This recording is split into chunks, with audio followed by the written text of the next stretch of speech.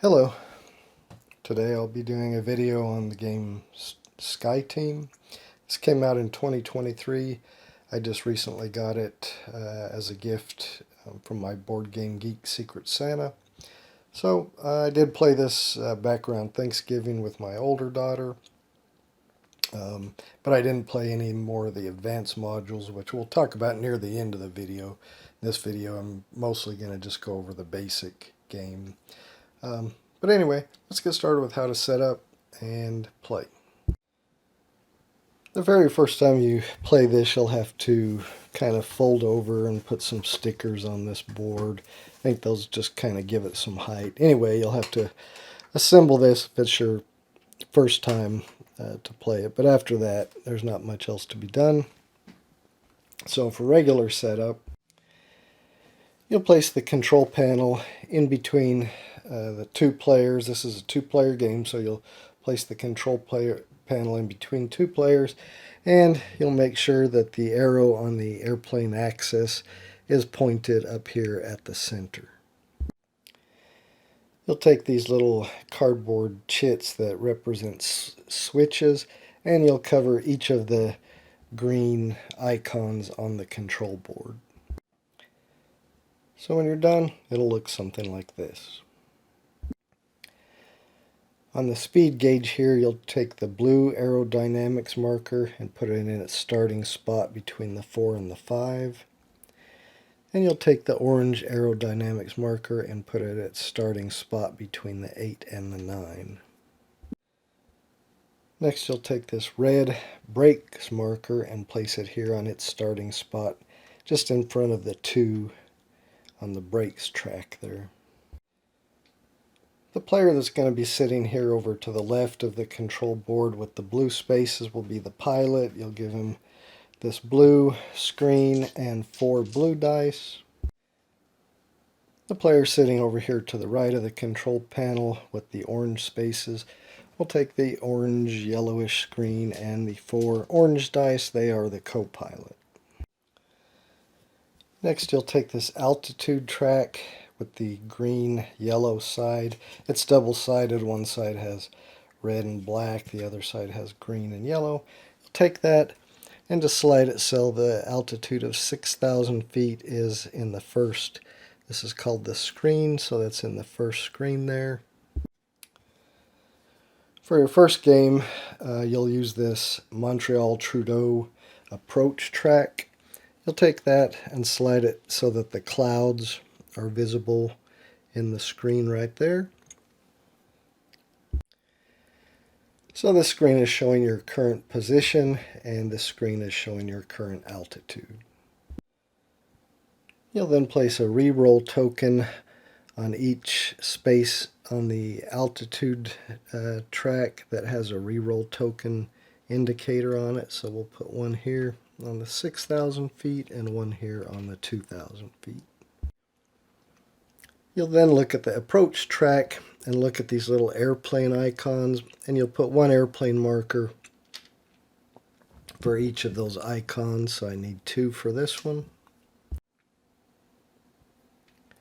Then you can see I'll need 1 here, 3 here, and 2 here. So let me get that done. Okay, I've got those placed, and those represent the air traffic around that airport.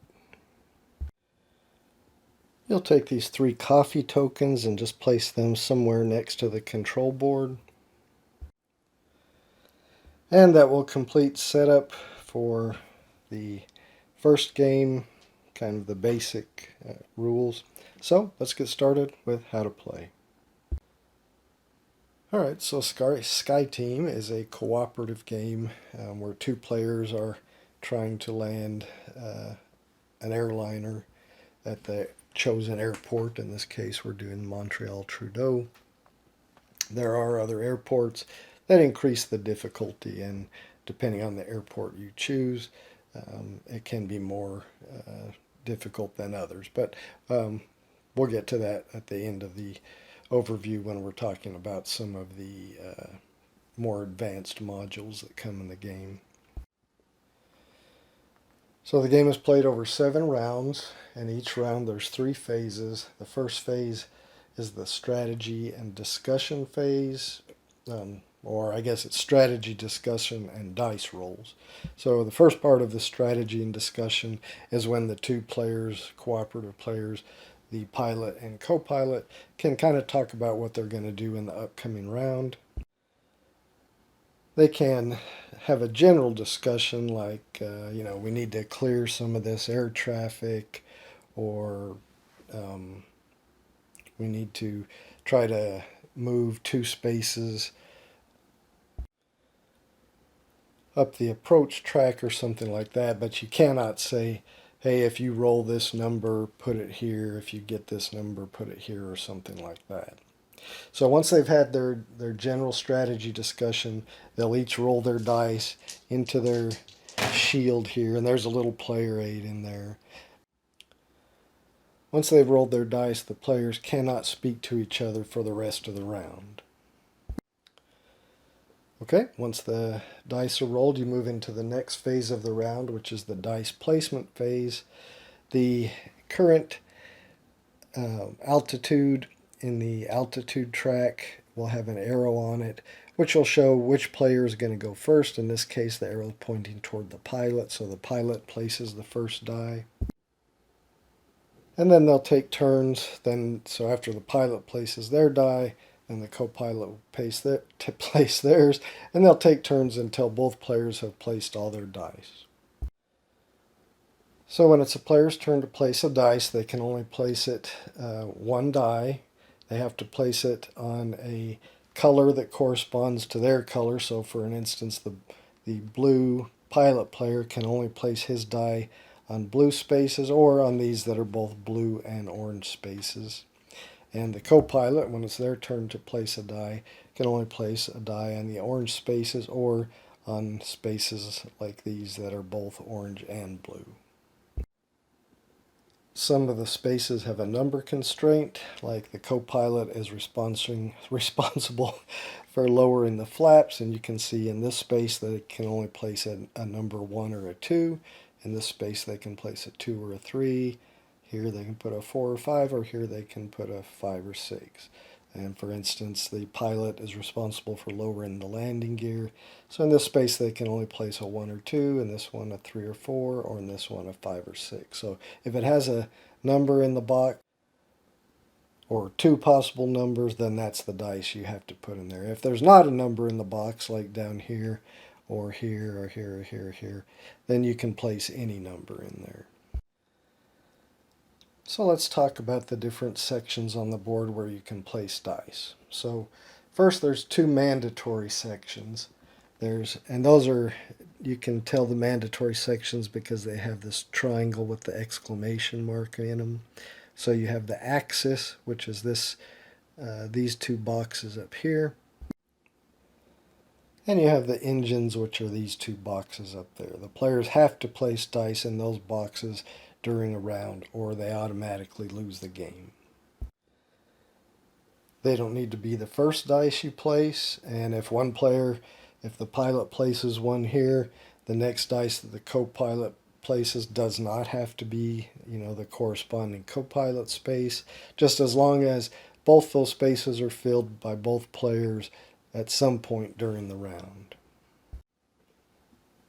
But continuing to talk about the axis, if both players place the same number dice, like if the pilot placed a 3 and then on their turn the co-pilot placed a 3, then the axis stays even and there's no tilt. But for example, we'll say the pilot placed a 3 and the co-pilot placed a 5, well then there's going to be a tilt in the axis of the difference between the dice towards the higher die. So in this case, the tilt is going to move 2 spaces because the 5 is 2 higher than the 3. That's still okay. If you ever tilt the plane past one of these 2 icons into the X, then you put the plane into a spin and the players automatically lose the game. So if the co-pilot placed a 6 there, and if it was here and the co-pilot placed a 6, well then that's 3 higher than the pilot's. So that would go 1, 2, 3. They would go into a spin and automatically lose the game. And similarly the other way, if the pilot placed a 4 here and the co-pilot placed a 2 and it was in the center, then it would move 2 that way. And this does not reset at the end of the round. So if at the end of the round this was the tilt you were at, then that's where it would stay when you start the new round. So it's not moved when the first dice is placed, but whenever the second dice is placed, then that's when it's automatically moved again toward the higher number and the difference, and it will move the difference between the two dice. At the end of the round, you have to have the wings completely horizontal when you land the plane, otherwise you will lose the game. As you're descending and advancing toward the airport, you can get it, in any of these positions as long as you don't go into a spin. But when you land the plane, you have to get it to horizontal, or you have to be horizontal. All right, let's talk about the engines next. Again, these are mandatory spaces, so they'll have to be dice will have to be placed in there before the end of the round, or you'll automatically lose. But it works similar to the Axis. When the first die is placed in there, whichever player places the first die in there, nothing happens.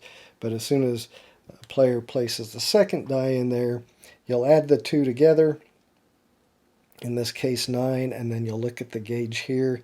If your total is less than where the blue marker is at, then you will not advance on the approach track toward the airport. If your total is in between the two markers, so in this case a 5, 6, 7, or 8, then you would advance 1 on the approach track, moving down like this.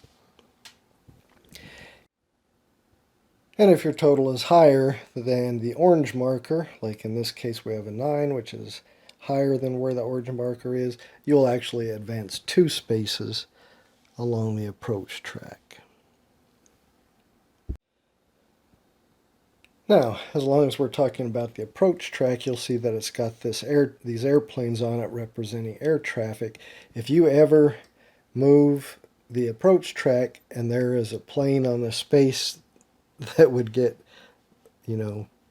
pushed past like that, then you'll automatically lose the game. You had a collision. So you need to clear these airplanes off of the approach track before. It's okay if it's in this space, but if you would ever move it and there's one in that space, then you've had a collision and you'll lose. So the way you clear these the air traffic out of your way is to use these radio spaces. The pilot has 1 radio space, the co-pilot has 2 radio spaces. So when you place a die, you can place a die of any number in the radio space, and it will clear the air traffic 1 plane from that number of spaces away. So in this case, a 1, 2 wouldn't clear anything. If the pilot placed a 3 there, then 1, 2, 3, he would clear this airplane out of the way, clearing that space. So the co-pilot is the same. If he placed a 5 in this radio space, well then 1, 2, 3, 4, 5, he would end up clearing that plane off of the approach track. So again, you always have to have the space cleared that you're going to move past. Otherwise, you've had a collision and you lose the game. All right, let's talk about the landing gear spaces. Only the pilot can place dice in the landing gear spaces. He does not have to place them in any order. He can place the one here before he places the one here or here. So he can do these in any order. And again, the number you place there has to match the box, so only a 1 or 2 can be played here. Whenever the pilot does play a die there, he slides the switch over, indicating that is green. And whenever he does that, he advances the blue marker here 1 space.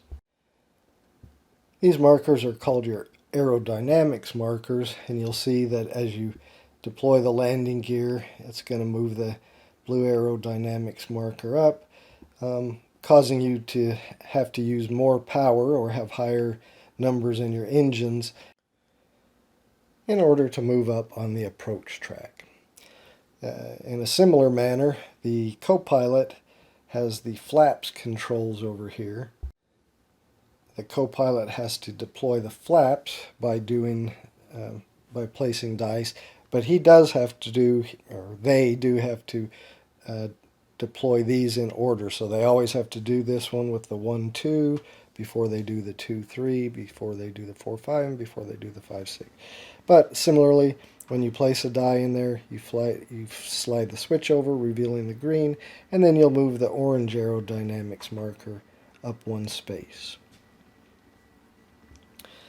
Both the flaps and the landing gear have to be completely deployed at the end of the 7th round.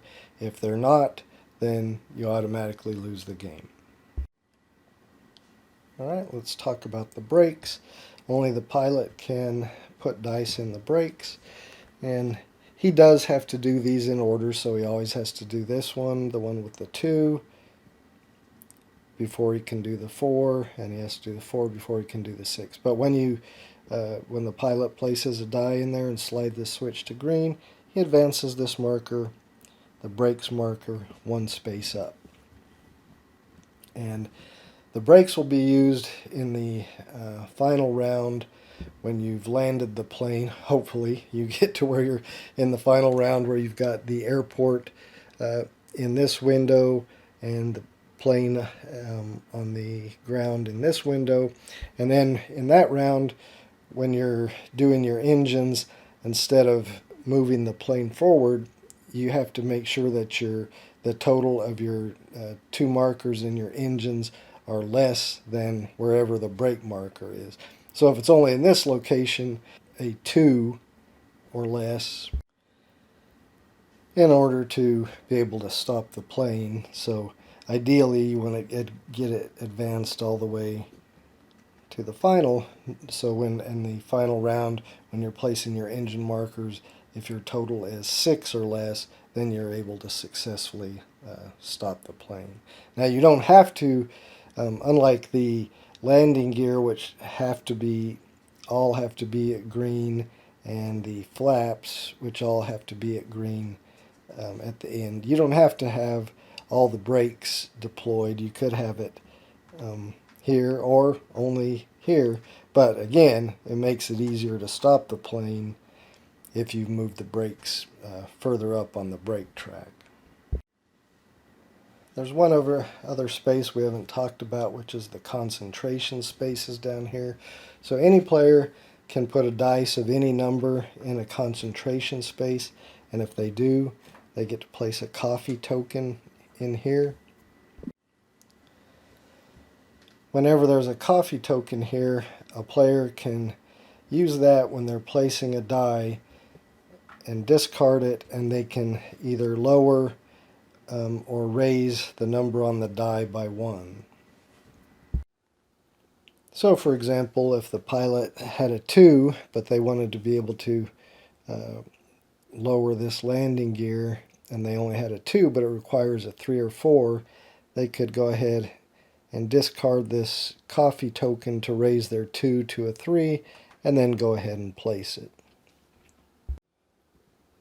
Or for example, if they had a 6 and they were placing an engine die and they didn't want to get, maybe this is here and they didn't want to get a 9, they could when they place that, they could use both these coffee tokens to lower it by 2, and then make this a 4, and then they would have a total of 7, and so they would only advance 1 space on the approach track. Again, you have to use those tokens when they're in there. You have to use them when you're placing the die. You can't alter a die that you've already placed. So any player can place one of their die in the concentration spaces to add a coffee token, and then any player can use the coffee token on their turn when they're placing a die to add or subtract 1. Now you can't raise anything above. If you have a 6, you can't use a token to make it higher than a 6. You can't change the 6 to a 1 or something like that. So that's how that works. Now, I forgot to mention these reroll tokens. We put 2 reroll tokens on the altitude track at the beginning of the game. Whenever a reroll token gets into this window, which one starts there at the beginning of the game, you can place it here. And any player on their turn can spend that token to re-roll any of the dice they have remaining, some or all of them. And actually both players can re-roll. If one chooses, like if the co-pilot chose it, if he still had 2 dice to roll and he re-rolled both of them, the pilot could re-roll any that he had, 1 or more of the ones that he still has remaining, or choose not to re-roll any at all. But if there is a re-roll token here, then either player can choose it on their turn to re-roll 1 or more of their remaining dice, and then the other player can also re-roll any of their remaining dice if they want to. All right, so that's with the re-roll token. And then when the altitude track reaches here, they can take this re-roll token, place it there, and they'll have another possible re-roll. Once both players have placed all of their dice, so all 8 dice have been placed, you'll reach the end of the round. The first thing that'll happen at the end of round, no matter what else happened during the round, the plane is going to descend 1,000 feet. Alright, then players will take back their dice. So the co-pilot will take theirs, the pilot will take theirs. If at that time the airport image and the airplane image are both in the current screen, so the airport being in the current position screen and the airplane being in the current altitude screen, if they're both there, then you proceed to the end of game. If not, you continue on another round. There might be an instance that comes up where the airport gets to the current position screen, but the airplane hasn't descended to the ground yet. In this case, the players haven't lost yet. You would continue on another round, but if the players advance at all past the airport, then the players lose. But as long as they don't advance by by playing power less than the blue marker, then they don't lose the game. So thematically, they've reached the airport too soon, and they're just in a holding pattern. But again, if they do end up advancing past the airport, then they would lose the game. Another instance that could happen is if your airplane is in the current altitude screen, but you haven't reached the airport yet. Your airport is not in the current position screen. Well, then you've crash landed and you lose the game. So ideally, what you want to happen is in a round you get to the airport, and then at the end of that round, when you advance the altitude track, then you'll have the airport and the airliner or airplane in the current altitude track, and then you'll begin the final round. So in the final round, you'll do just like in the other rounds. You'll have this strategy phase at the beginning where the players can talk about what they're, hope to do without saying, if you get a 6 or a 5, put it here. I've already talked about that. And then they go ahead and roll the dice just like in other rounds, and they can't speak from that point on. The one difference in this round being that when they play their engine dice, instead of advancing on the position track, what they're going to do, and instead of comparing against this track, they're going to compare against the brake track. So in order to stop the plane, they'll want the 2 dice they play in the engine spaces to be less than wherever the red marker is on the brake track. So if it's only in this position, say in previous rounds the pilot managed to play a dice to the 2 and the 4, so now the marker is here, they would have to play a total of 4 or less in the engines in order for the plane to stop. If they play, if the dice they play in the engines are higher than wherever the red marker is in the final round, then they crash. And just like the other rounds, in the final rounds you have to play dice to the axis and the engines. And once all dice are placed in the final round, in order to win, you have to have all the landing gear completely deployed. The flaps have to be completely deployed. The axis must be level. It can't be tilted in any way. And then your speed from your engines have to be less than or at whatever the brake marker is at, as I was just speaking about. And of course you have to have the airport and the airplane in the current windows there, current position and current altitude. If you've got all that, then you successfully land the plane and win the game. If any of those are not done, if all the brakes are not completely deployed, all the landing gear are not completely deployed, or all the flaps are not completely deployed, or if you're tilted, or if the engines are greater than the red marker, then you lose. And that is how you play SkyTeam, at least the basic mode. Let's go through a couple of example rounds here in the basic mode, and then I will talk about some of the more advanced airports that you can play, and some of the advanced modules that then come in to play when you're playing with the more advanced airports, or more difficult airports I should say.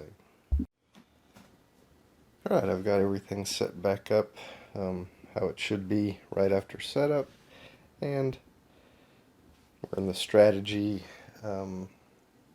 discussion and dice rolls phase, so the players could kind of discuss generally what they're wanting to do. So maybe the co-pilot or the pilot says they're going to try to clear some air traffic and try to maybe at least deploy one of their landing gear.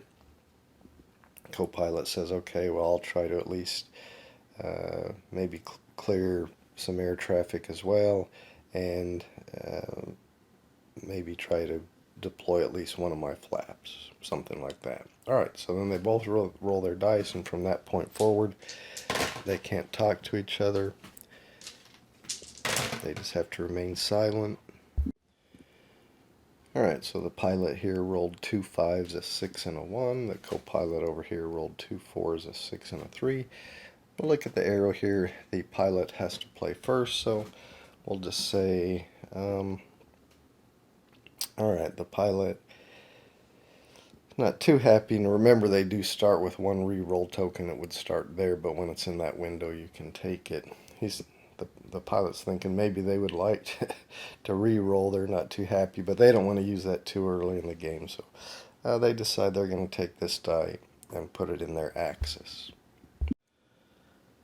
So the co-pilot doesn't have to play one of their dice to that axis space right now, just as long as they play one by the end of the round. But they decide they're going to go ahead and play their 4 to the axis. Now, because the pilot's is 1 higher, it's going to tilt 1 space toward the pilot's dice, or toward the pilot's side. Alright, the pilot decides to take their 1 and place it on this landing gear, so they slide that switch to green, and then that's going to advance the blue aerodynamics marker by 1. The co-pilot decides, Now they're going to try to get rid of some air traffic, so they're going to play this 3 to their radio, and then 1, 2, 3. That's going to allow them to clear this airplane off of the position track. Go back to the pilot. They decide they're going to play a 5 into their engines. Again, the co-pilot's next dice doesn't have to be into the engines. They could play it somewhere else. And I think they decide they're going to play their 6 into the concentration space to get a coffee cup in there. The pilot just has one dice left. They could play it here, but they don't want to. They're not sure they want to advance that too much right now. They could play it in the concentration space, but I think they're going to play that to their radio, and that's going to clear 1, 2, 3, 4, 5, 6. That's going to clear a plane off of this position. That leaves the co-pilot with their last dice, which they have to play to the engines, otherwise the players will just lose right there. So they're going to play their 4 to the engines, but they're going to use this coffee cup to reduce it by 1 to a 3. So that gives them a total of 8 in the engines, which is in between the blue and the orange marker. So that will advance them 1 on the position track. Okay, both players have played all their dice now. So the first thing that happens is the plane will descend by 1,000 feet. Players will take back their dice.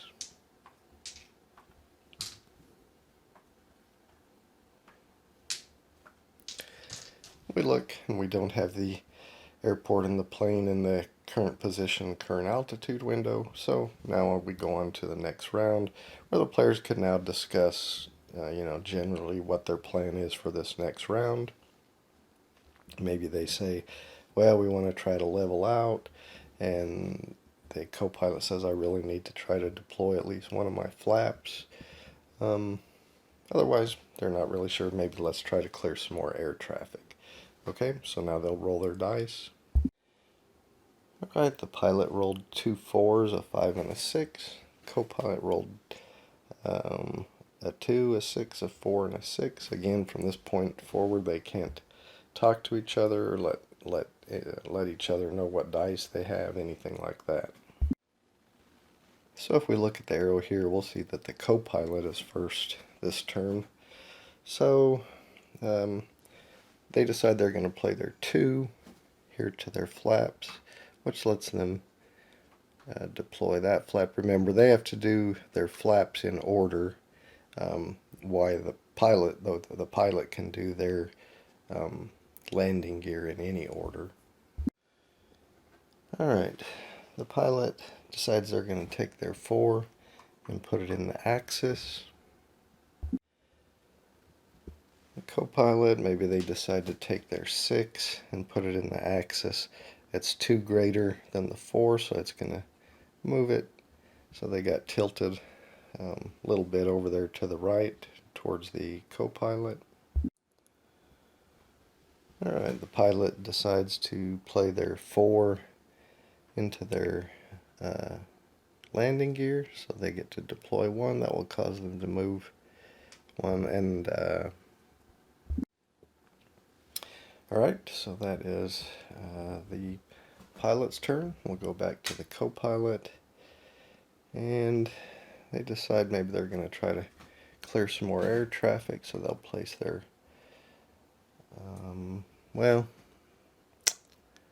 they're going to place their 6 in their radio. 1, 2, 3, 4, 5, 6. So they'll clear 1 off of there. Back to the pilot. They're going to play their 5 into their engines. The co-pilot only has 1 dice left. Their 4, they have to play that into their engines, which gives a total of 9, which is in between the markers. So they'll just advance 1 on the current position track.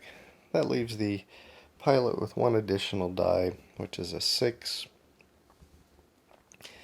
They'd like to start applying something to the brakes, but they have to do those in order. So I think they're just going to place that into the concentration space, placing a coffee cup, and that is going to be all the dice for both players. So we'll advance one on the altitude track. Players will take their dice back.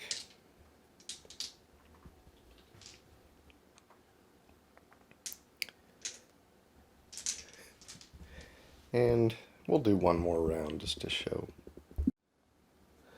Alright, so back in the strategy discussion phase, they say, well, we really need to clear some more air traffic off there, and we really need to try to get level, and let's try to deploy some more flaps. And so that's their plan. So now they roll the dice.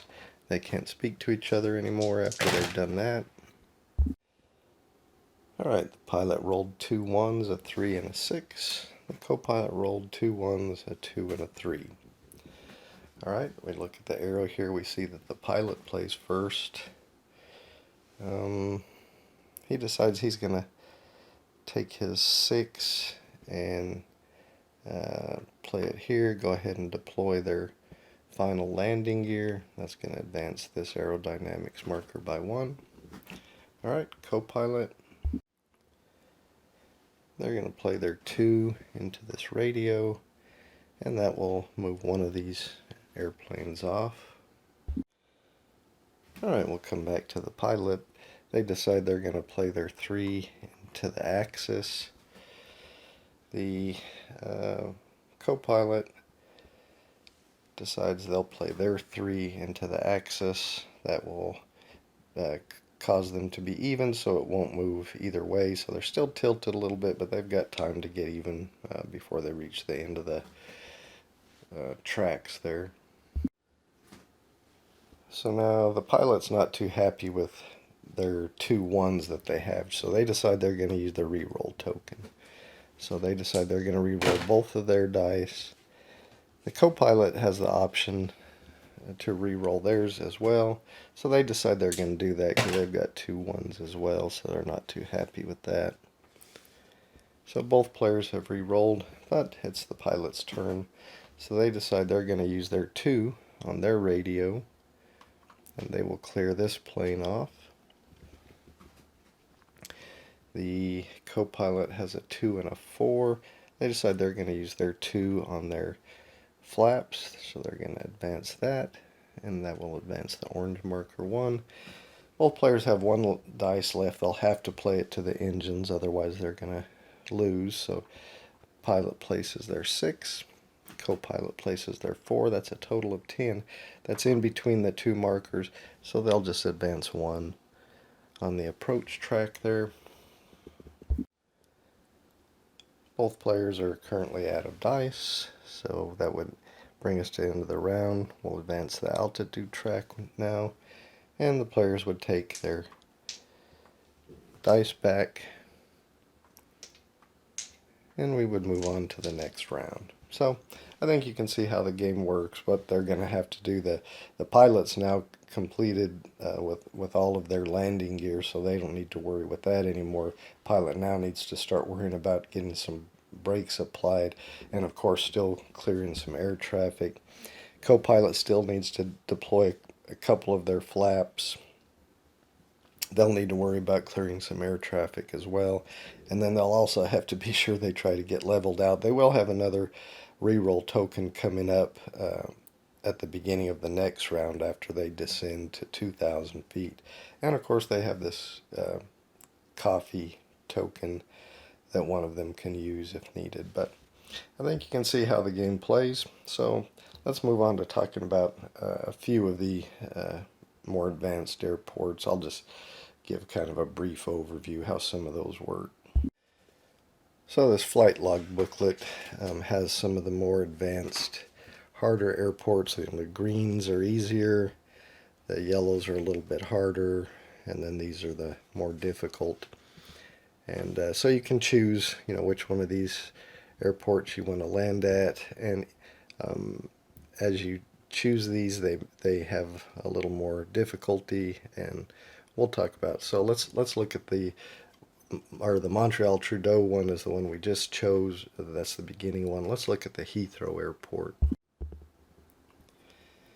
So looking at the Heathrow Airport, there's no icons to pay attention to up here. Comparing it to the Montreal Trudeau, we do see it is a little bit shorter, so you have a little bit less time to approach the airport. But we see another icon on here.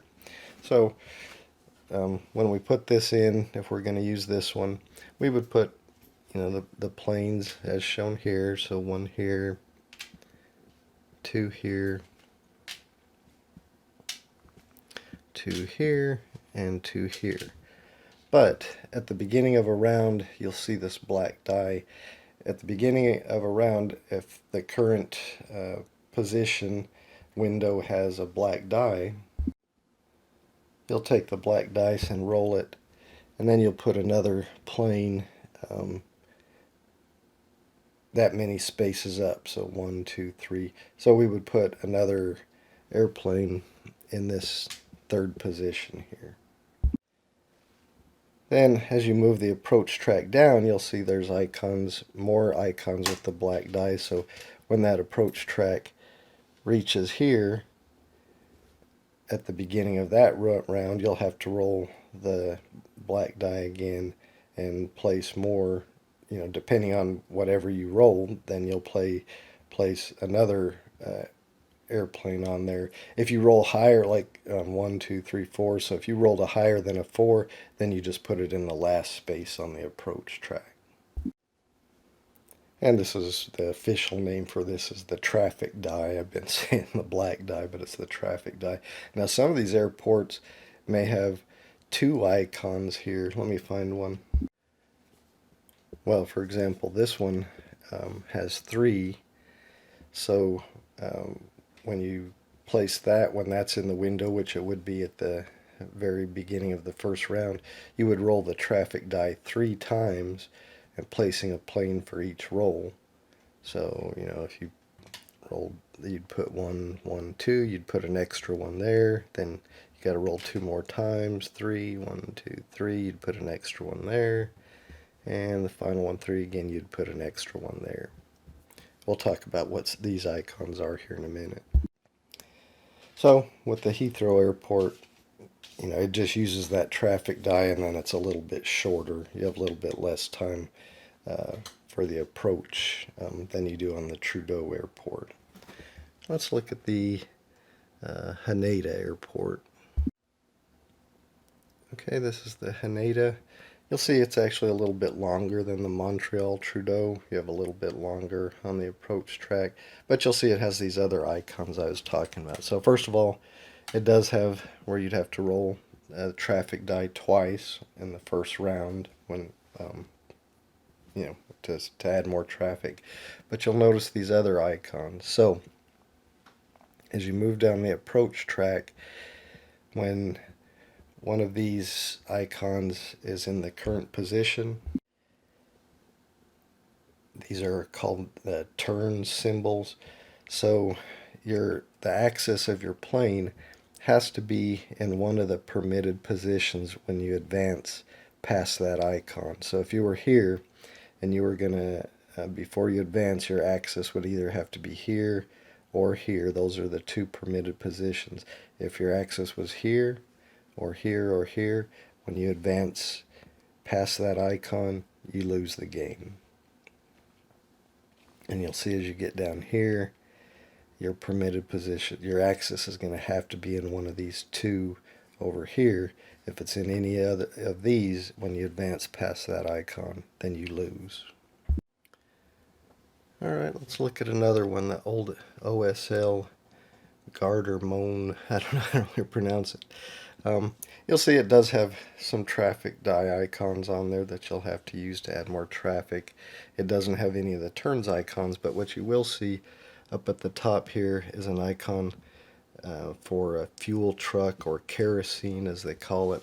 So you'll have to add the kerosene module in when you use this airport. So if an airport has the kerosene icon on it, you'll have to add this kerosene track over here to the left of the control board, and you'll put this marker up at the 20 of the kerosene track. And that ends a new rule. So either the pilot or co-pilot during a round can place a die of any number in there. You can see it's both blue or orange, so either player can place a die in there. And if they do, it lowers the fuel or the kerosene by the amount they place on the die. If no player, neither the pilot or the co-pilot, places a die in there, you can see it's going to drop by 6 at the end of the round. If a die is placed in there, then it drops immediately by the number on the die, but if at the end of the round no player has placed a die there, it's going to drop by 6. If at any time during the game, even in the last round, the marker reaches the X, then you ran out of fuel too soon and you crash and the players lose the game. Alright, we'll look at one more and then we'll leave the other modules for players to learn on their own. But we'll look at the Atlanta Hartsfield Jackson Airport. You can see it's a little bit longer than the Montreal Trudeau. It does have the traffic that at the beginning you'll have to roll 4 traffic dice to place on there, and then there's possible to roll the traffic dice one more on each of those spaces. But you'll see it has this icon up at the top, which means you'll need to add in the intern module. So when you place that, you'll also get out the intern track, and you'll place it down here at the bottom of the control board. You'll then take these intern tokens, flip them over, and randomly choose, or place them here on the board. One on each space.